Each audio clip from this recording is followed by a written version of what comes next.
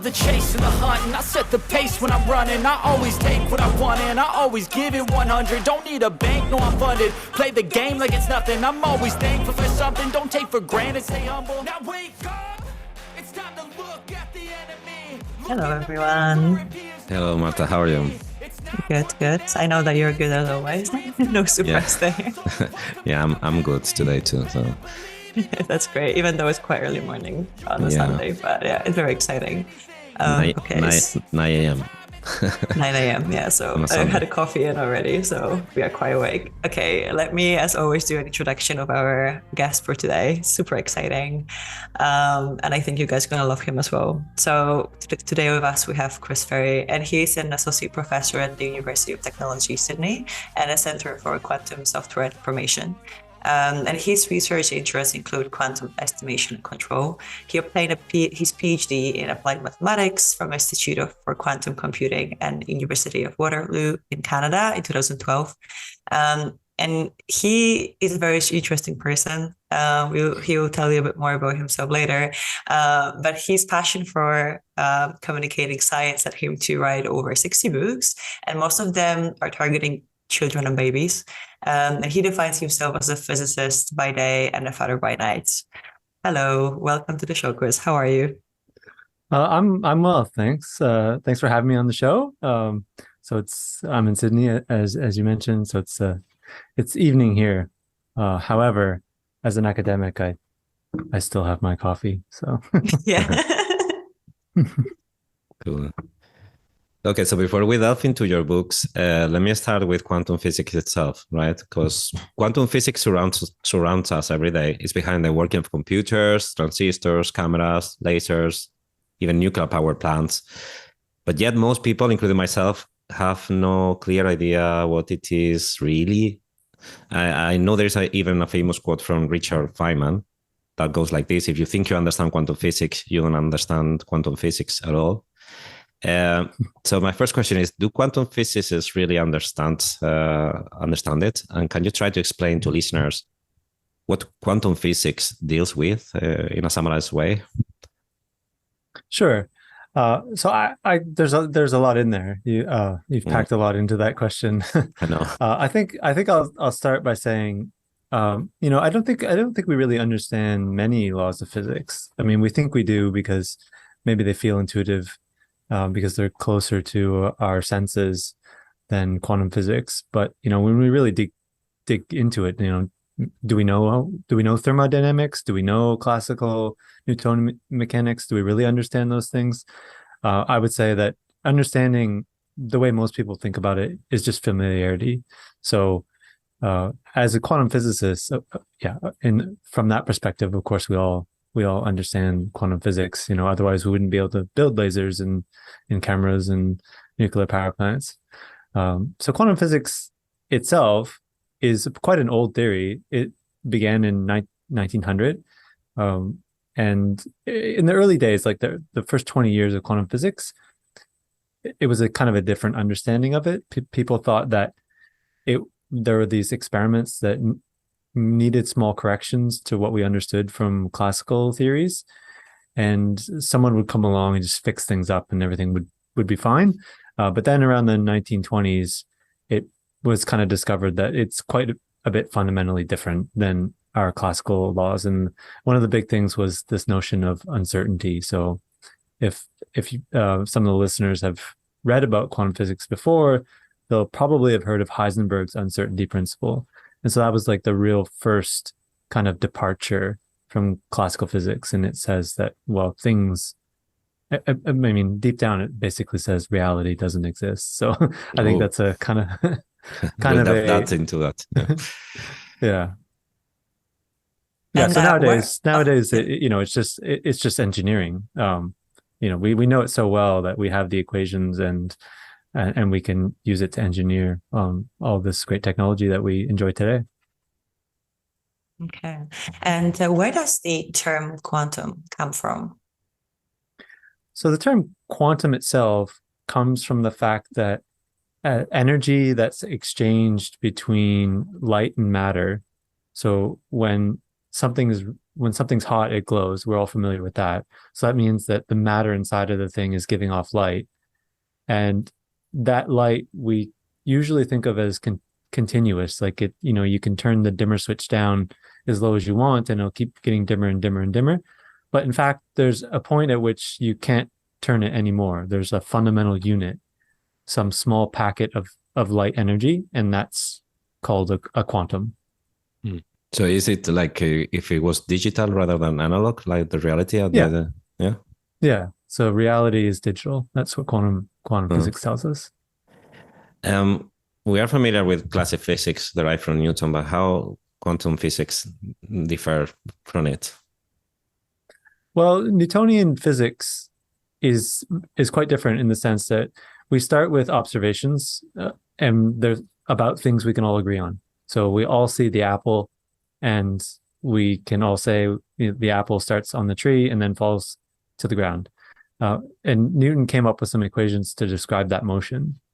By now, classical mechanics is as equally as mathematically challenging as quantum mechanics. Like if you looked at what people research in classical mechanics, you see crazy mathematics that I don't even know.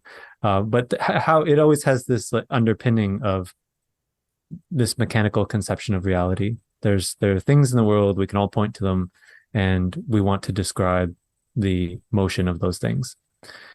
In quantum physics, we don't see the things that we're talking about. We're unable to see electrons, which form the basis of matter, and we're unable to see photons, which are these quanta of light. But we can, somehow things happen in experiments, and we want to describe what happens in experiments. And so we develop this mathematics for what we see in experiments. And that's really what quantum physics is. It's this set of mathematical equations that describe what we see in experiments, but there's no underpinning mechanical conception of reality behind those equations. The equations just tell us what we observe. Okay. Well, I've tried to understand quantum physics lots of times. I failed miserably to do so. But one of the things that drew my attention when I tried is like this concept of wave function. Like the understanding that I have probably is wrong, is that particles like electrons, photons, neutrons are not, they can be probabilistically in several places at the same time, and that's described by the wave function. Can you try to explain that to the audience, what the wave function is, and what does it really mean from the point of view of reality? Sure. I'll give you a bit of history. So in 1905, Albert Einstein was looking at this phenomenon called the photoelectric effect. So you shine light on a thin sheet of metal, and electrons get ejected from the other side. But what was observed was that you could turn up the brightness of the light and the amount of electrons that came out the other side didn't change. But if you changed the frequency of the light, more electrons would come out. And so Einstein said, well, it must be the case that light is made of these particles, and the energy of the particles relates to the wavelength of the light. And so it all worked out perfectly. And then we ended up with light being both a wave and a particle. And then a French physicist, Louis de Broglie, he, in his thesis, said, well, we have particles of matter. Why can't those be associated with waves? And so he derived what the wavelength of matter would be. And most people thought it was crazy at the time. But Erwin Schrödinger thought about it a little bit more and figured out, well, if it's a wave, then it needs a wave equation. Like all of our classical theories have these wave equations. And so he just guessed at some wave equation, and it turned out to be pretty good at describing the observations that we have. So we ended up with this wave equation. Nobody knew what it meant. And all it was a calculational tool to help us derive properties of matter that we observe. And there are some physicists, like Niels Bohr, I think he's called the father of the atom. He maintained this for his entire life and his entire career, said that these are just calculational tools. The point of physics is not to specify what reality is. It's to specify what we as humans, the users of the theory, can say about reality.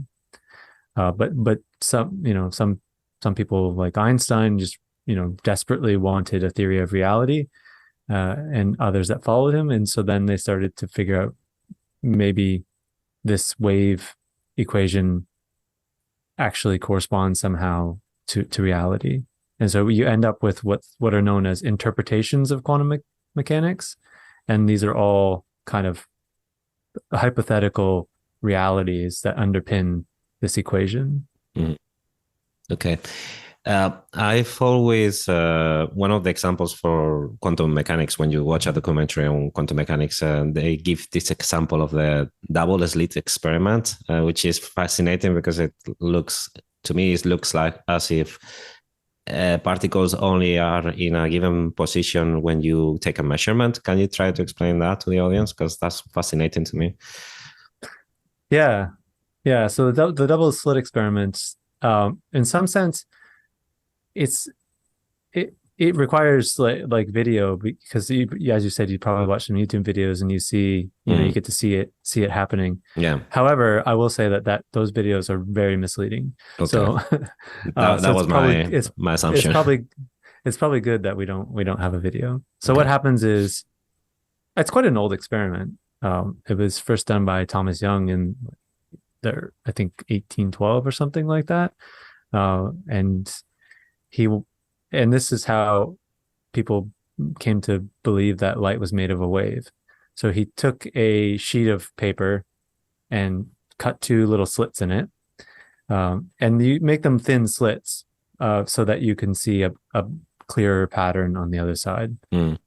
So there's a point to like making them thin slits rather than 2 holes. So he cut little thin slits in the paper, and he found that on the other side of the paper, rather than just 2 bright spots behind where the slits were, he found this pattern, the same kind of pattern you see with water waves. So that was pretty conclusive evidence, by 1812 standards, that light was made of a wave. Now, in the 20th century, after it was discovered by Einstein that light was also made of particles, the double slit experiment kind of had a revival, because if light is made of particles, then it either goes through one slit or the other, and it certainly has to end up behind the hole that it went through, the slit that it went through. So if I shoot a particle, like a little bullet of light, one at a time at a screen with 2 holes in it, then those bullets will either go through the left or the right hole and end up right behind where the hole it went through. But what they found when they did the experiment was, one by one, you'd see some light on the other side of the screen with the 2 slits. But after time, all those little spots where they landed had the same pattern as the wave. So then this is one of the deep mysteries of quantum mechanics. Some people say, well, the one particle went through both slits at the same time and interfered with itself. That's one interpretation. Other experiments tried to, like, what they would do is they would, like, in some sense, spy on the photon to see which slit it went through.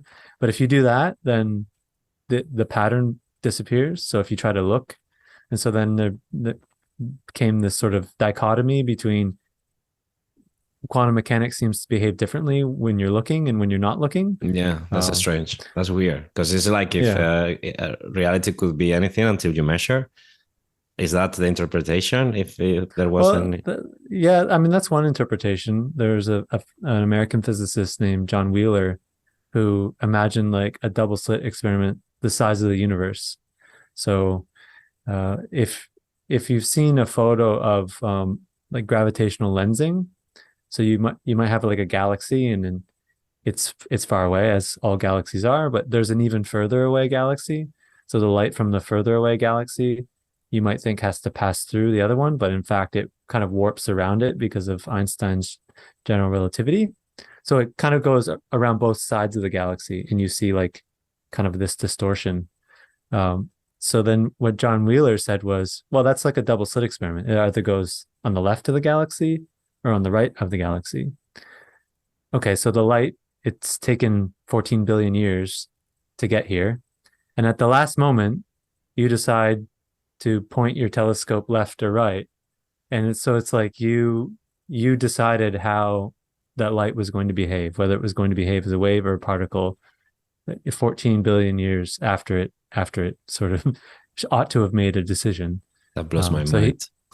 So he called it the participatory universe. So he said that there isn't a reality just waiting there to be observed. We participate in the creation of reality.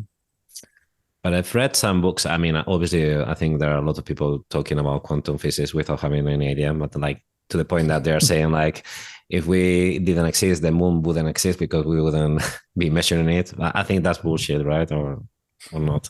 Well, I guess if you ask enough questions, you eventually get down to philosophy. So I get, if you really wanted to, so I would say the moon is not there if nobody's looking at it, because the moon is a label that humans have come up with, right? So you have to ask, well, what do you mean by the moon? Is it the same moon today as it was yesterday? I mean, some extra dust collected and some dust flew off. Do we have to include that dust?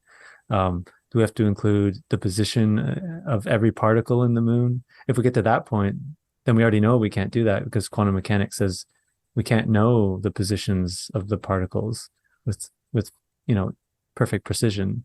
So I think when most people think of the moon, they think of a concept at the level of humans, like this higher level concept that we sort of an inner subjective thing, that we all have expectations about what we're going to see when we look out in the night sky. And when those are confirmed, we're all happy and we all agree, yeah, we all kind of saw the same thing, and that was the moon. But I mean, your moon is different than my moon, right? So you're in the northern hemisphere, my moon's upside down, your moon's right side up. So your moon has a man or a cat, and my moon has, I don't know what they see in the moon in the southern hemisphere, but that's one of the first things I noticed when I came here was the moon is upside down. I see. I mean, like, one question: Do you wonder yourself often the philosophical interpretations of quantum, or do you just go along and do your mathematics and don't even think about that?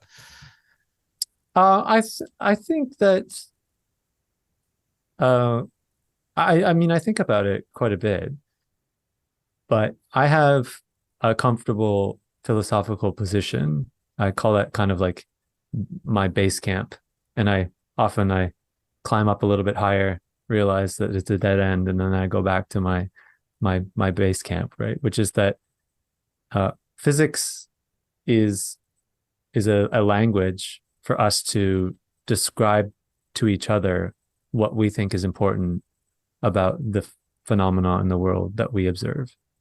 And that is in some sense all there is. And I find that whenever you try to go further, you end up in a contradiction, or you come up with these paradoxes and things that some people latch onto and think are important, but they ought to be telling us that we're going down the wrong path, in my opinion.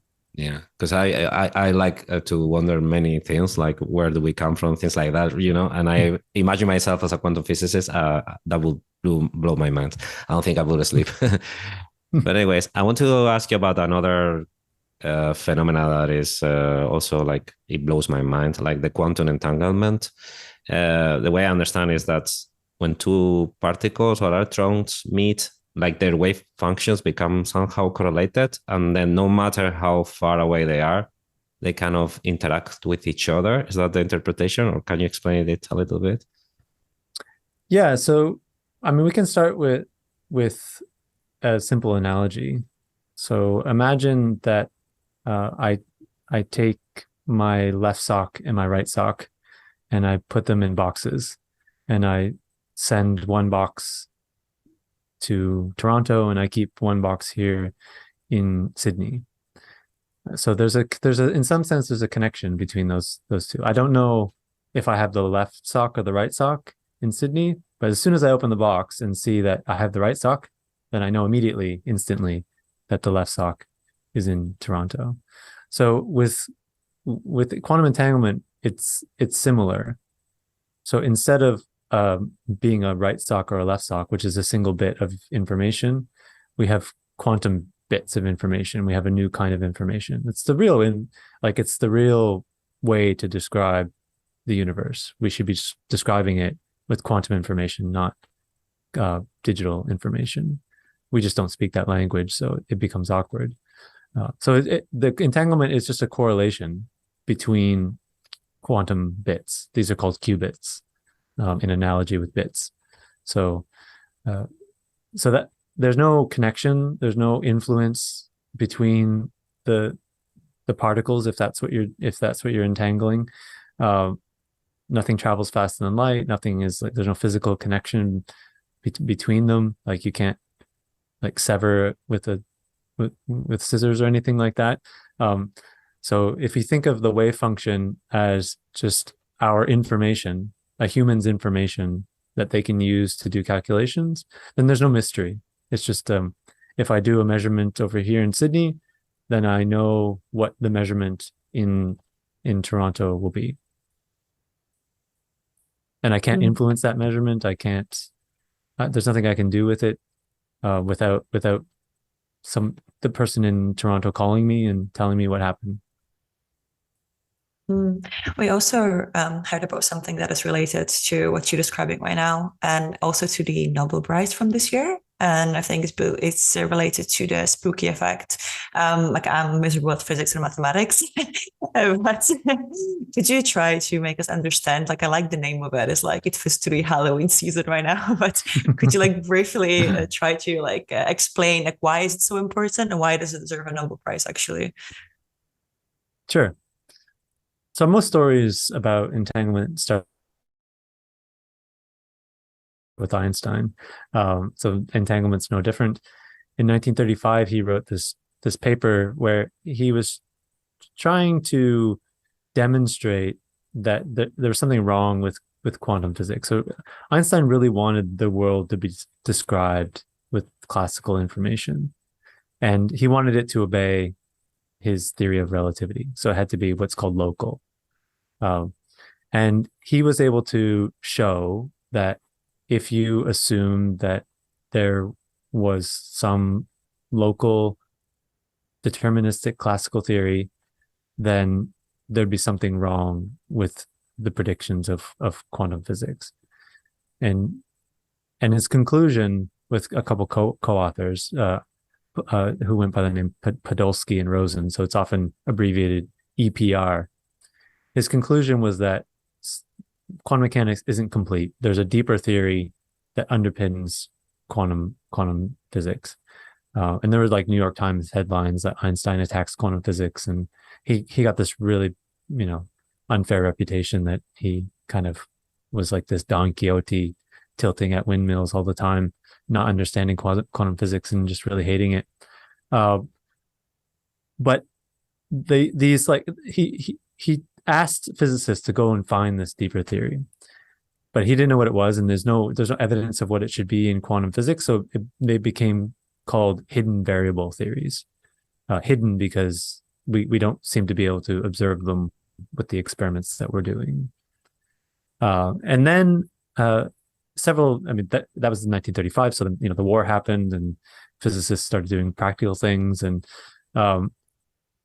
then around the mid 1960s, an Irish physicist named John Bell revisited this question and showed that you can do an experiment to rule out these classical hidden variables that Einstein wanted.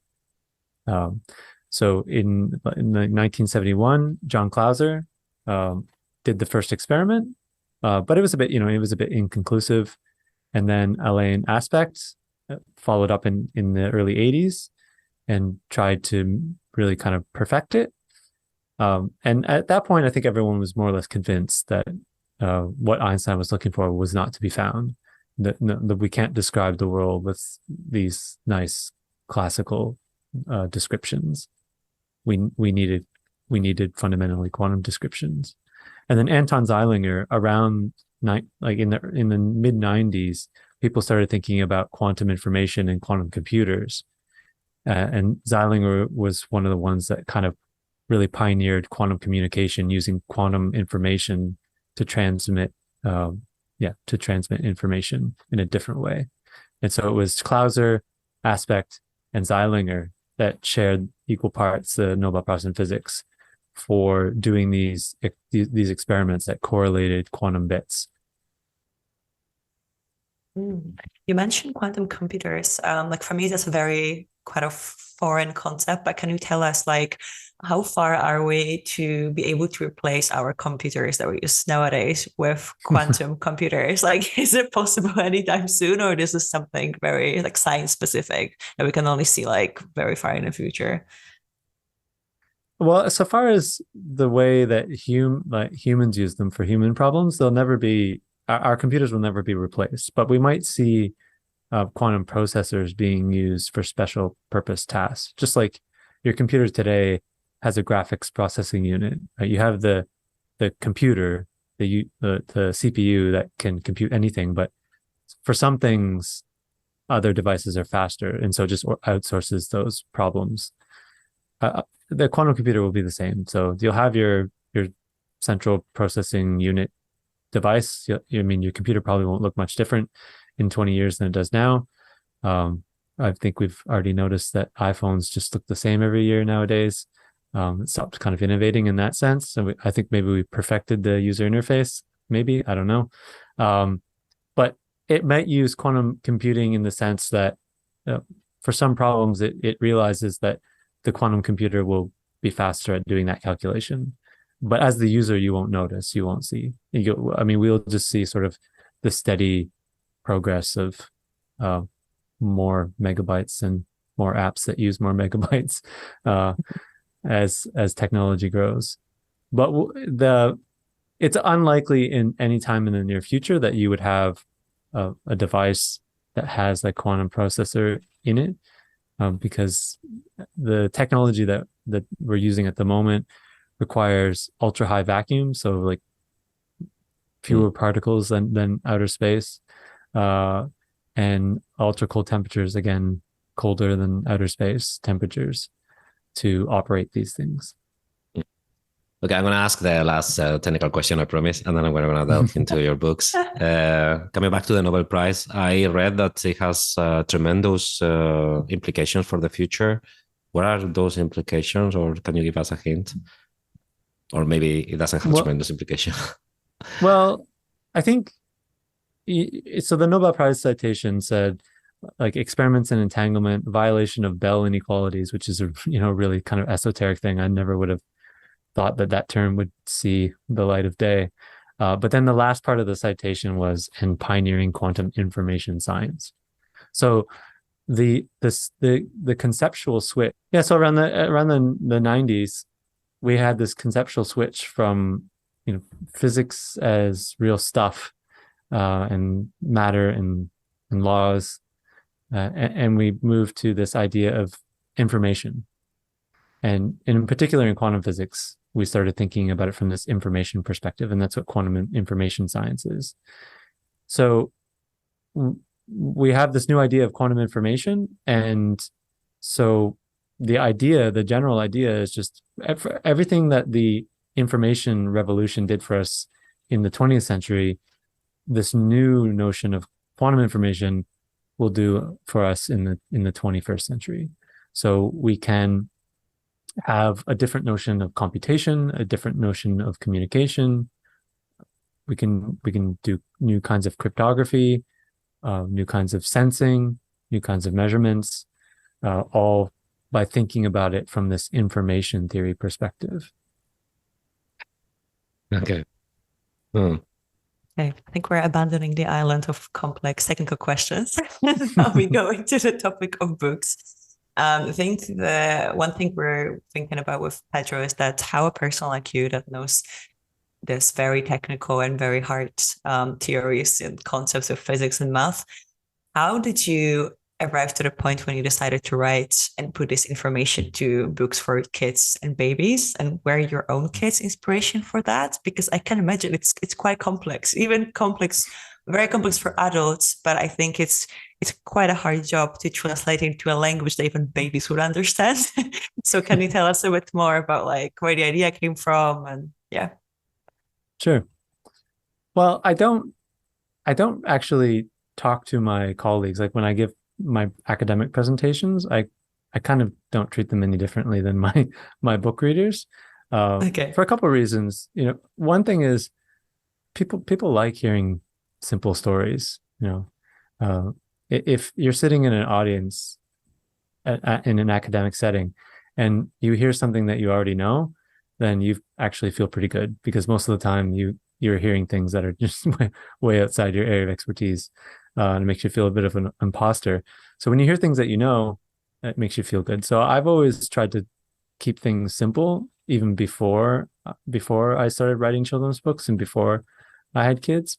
And also, I never actually liked being a quantum physicist. I did it because maybe like you, I knew that it would always bother me if I didn't understand this thing that everyone was talking about. um, because the reason that I didn't like it was because it was always difficult to explain to other people. So, when I was in university and I call home to my mom, and my mom would say, what are you doing? And I would say, well, it's, go learn some functional analysis and then we can talk. Oh my God. So I've always, tried to think about things in a simple way. And then, I had kids of my own, and I wanted some science books for them at one point when they were all fairly young, and I couldn't find any. The nonfiction books for kids at the time were like shapes and colors and farm animals, that sort of thing. So I said, I'll just, I'll write one myself. And then I thought, well, what could I write about? Well, I'll write about what my work is, so that at least they can know what my work is. And so I started with quantum physics for babies, and yeah, people really enjoyed it after I published that, and encouraged me to write more. So yeah, now there are about 60 books in the series. That's very impressive. And we saw a bunch of them. They look great. But yeah, we're very impressed how you were able to produce so much content. But how was the process of actually putting the book together? Like, you had topics in mind, but how did you kind of work them through? Did you base it on like, maybe you were explaining something at a conference already and just you try to like kind of strip it down from all these sort of maybe not noise, but difficult things, and just go to the core? Like, can you tell us how was the process of writing for you? Oh, well, after quantum physics for babies, I realized that people really latched on to this kind of idea that you're going to juxtapose something that is meant to be extremely complicated with a baby book. So most of the topics that I write about are things that are seen as very complex. So I typically only choose topics which are of that kind of formula, rather than something that maybe is difficult but kind of boring. Like I probably will never write algebra for babies, or quadratic equation for babies, or something like that, just because it's not as exciting. And then once I decide on the topic, then it depends on whether I'm authoring it myself. So many of the books I've authored myself if they're in my area of expertise or kind of closely related. And some of the books, like Evolution for Babies, for example, are done with experts in that discipline. So if I'm working with someone else, then I kind of give them the formula. So as a scientist, I work with formulas. And so the formula for the book is, it's 24 pages. Every book has to be 24 pages. And every book starts, this is a ball. So you often hear authors that the first challenge they have is how will they start their book? Well, that's already sorted out. It always has to start, this is a ball. So that's actually quite helpful. Sometimes constraints, help you get things moving. And so we kind of workshop a story, and we pick, not like, we don't try to explain the whole thing. We try to explain a single small concept within the bigger discipline. So in quantum physics for babies, I explained what I explained just earlier, that the word quantum comes from the fact that energy comes in one little chunk at a time. So we didn't cover all 120 years of quantum physics. It was just this one little thing. I saw a picture of Mark Zuckerberg showing one of your books to his baby, since the book has become very popular because it has been translated into multiple languages, right? How does that make you feel, like that it has reached so many babies or kids or you know? Yeah, no, it's super exciting. I'm glad that people are enjoying it. The feedback is generally really positive. I find the only people that don't like it are undergraduate physics students, and they'll just complain about the accuracy or something like that. Okay. But yeah, I mean, so children will like anything that their parents do with enthusiasm. So when they don't know what quantum physics is, they don't know that it's supposed to be an adult topic. That all they know is there's an adult that's reading a book with excitement to me, so I'm excited. So I've been pleasantly surprised. It's some of it is really surreal. Like people dress up as quantum physics for babies for Halloween and make quantum physics for babies birthday cakes. That's interesting. Yeah. Also, you have a book, at least one book that I know, which is called "Where Did the Universe Come From?" Another cosmic question that is focused for grown-ups. Can you tell the audience a little bit about it? Sure.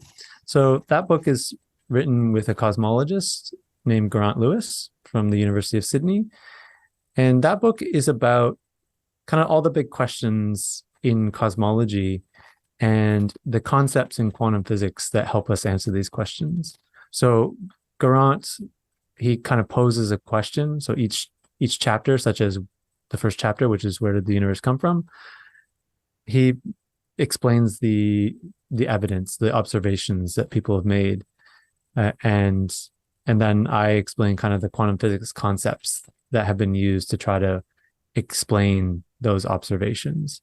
So it's really, for me personally, it was my way of getting some more quantum physics into the public sphere. Because a lot of times when you hear about cosmology or astronomy, you just hear about big pictures, big picture stuff, and you see photos of galaxies, and we don't often hear about the reason why we know these things or we have these theories, which is ultimately due to concepts in quantum physics.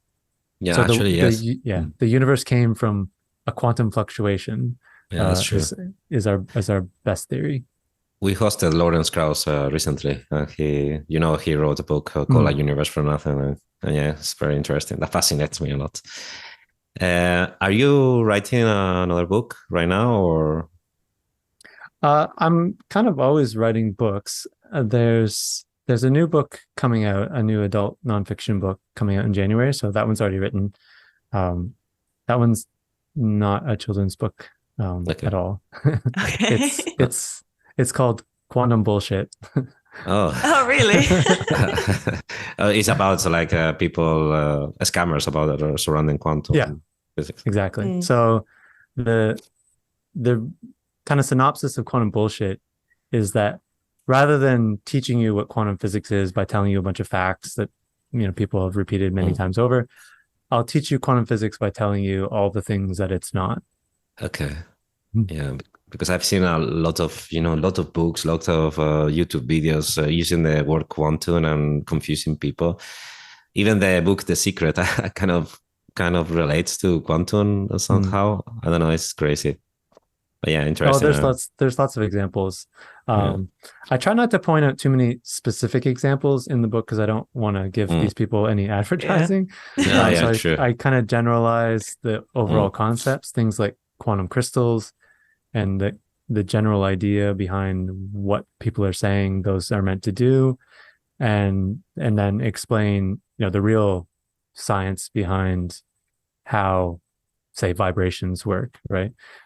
So you might hear something like crystals vibrate. If you have one crystal, it vibrates at a different frequency than another crystal.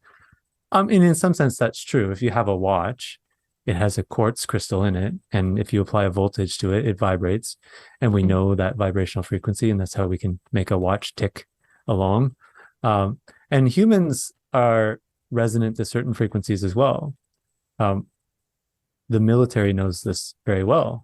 So do like communications people, because they don't want you interfering with their Wi-Fi signals.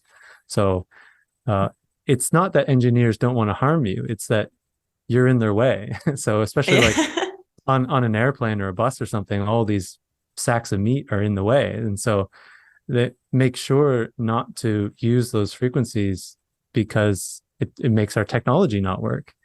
And it turns out that like, yeah, there's no match at all between the frequencies of objects like stones that vibrate and, you know, the frequency with which components of your body would vibrate. So yeah, we kind of go through these concepts in the book and debunk a lot of these things using the actual science of quantum physics. Yeah, I love the title already. In your mind, so you're writing both books for adults and then for kids. Is any one like harder than the other one, or they're just very different ways of writing? I think writing kids' books is easier in some obvious senses. So kids' books are much shorter. Sometimes that it's more difficult to get your message across in a shorter format. Twitter's an example.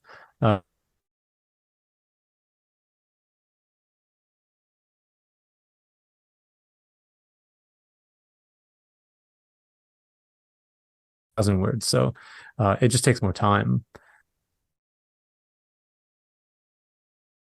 And that has the one effect that you kind of have to always be thinking about it.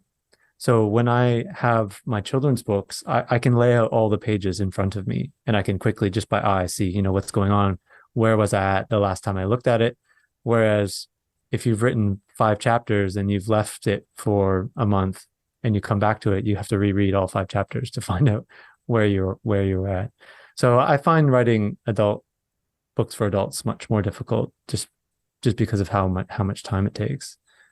Given that, you know, I have a full-time job already. So yeah, that's a lot of work as well. You mentioned that, you know, one of the reasons you wrote the books for babies is that on the market there was no many books besides like colors, shapes, and farm animals for kids. And I think what we both find it fascinating with Pedro is education as well.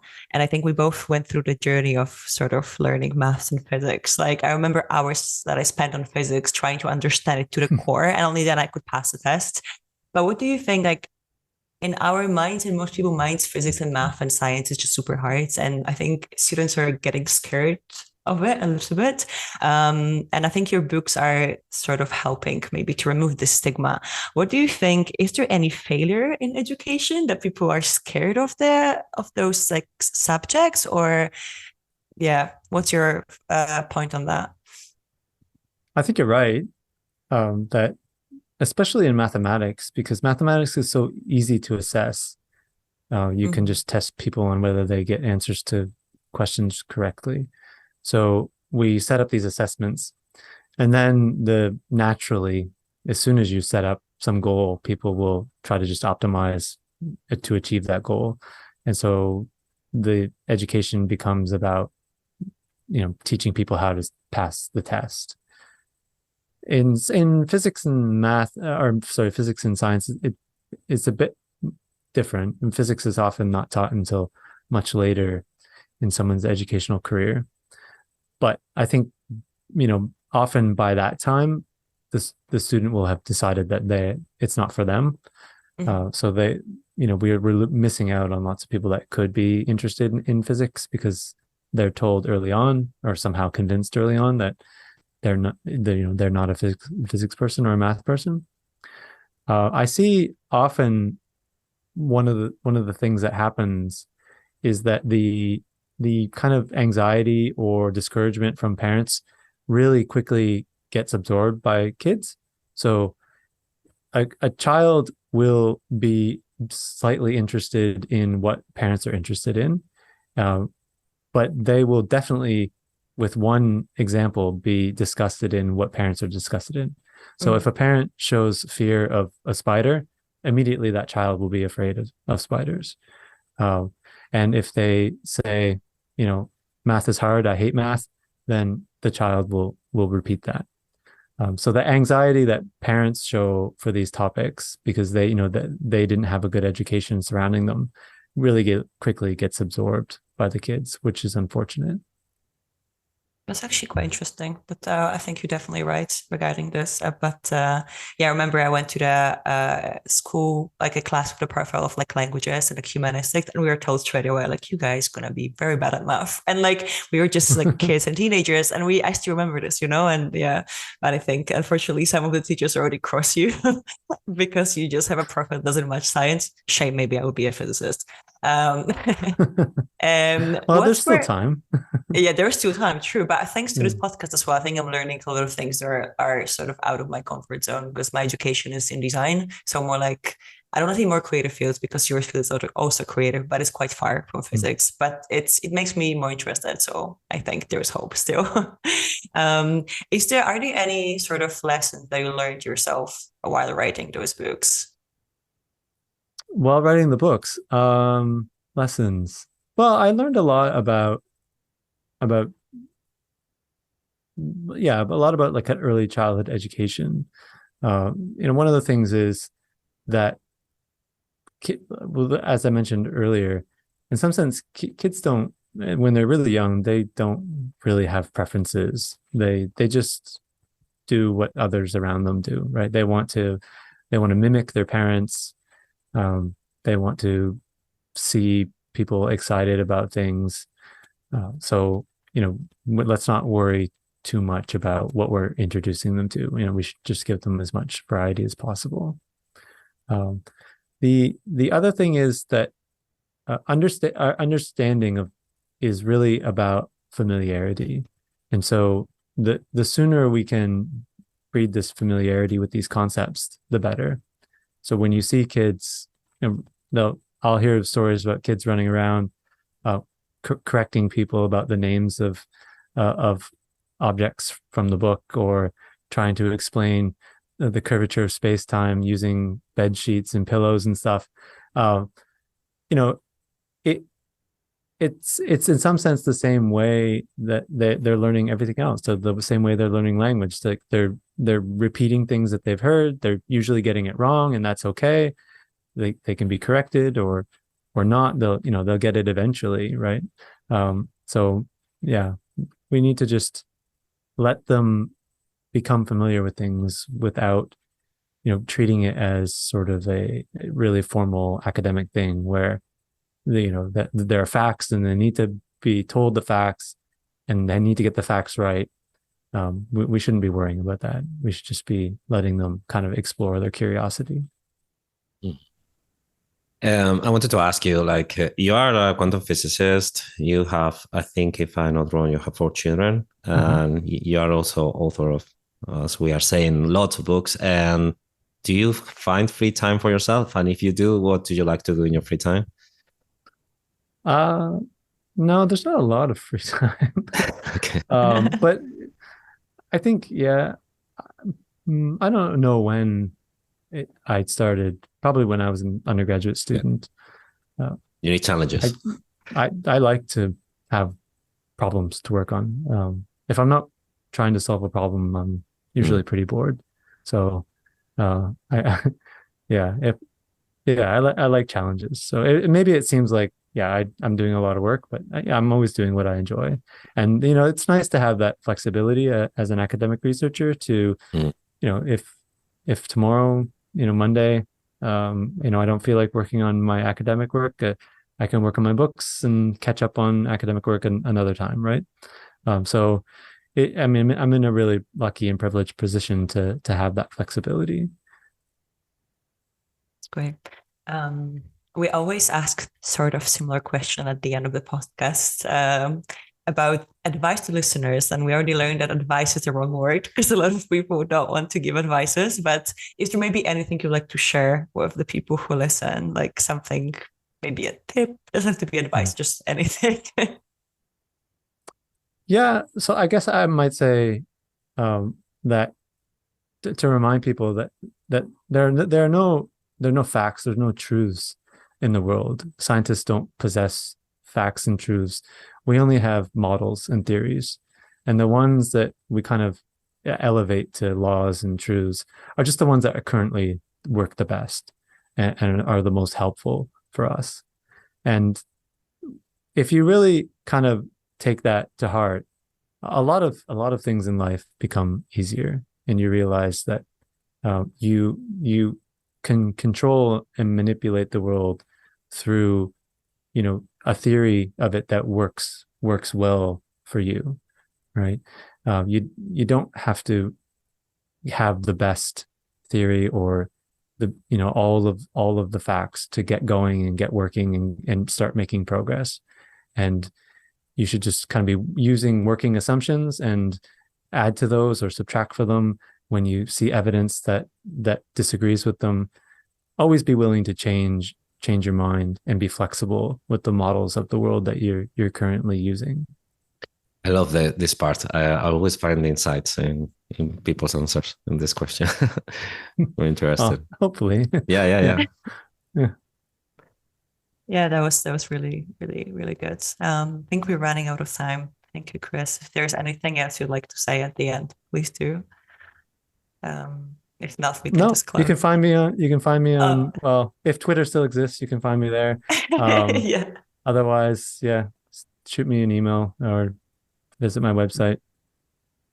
Great. Yeah, we add all the links and also to your books in the description of the podcast. And yeah, if Twitter exists, then please find Chris there. We will find out soon.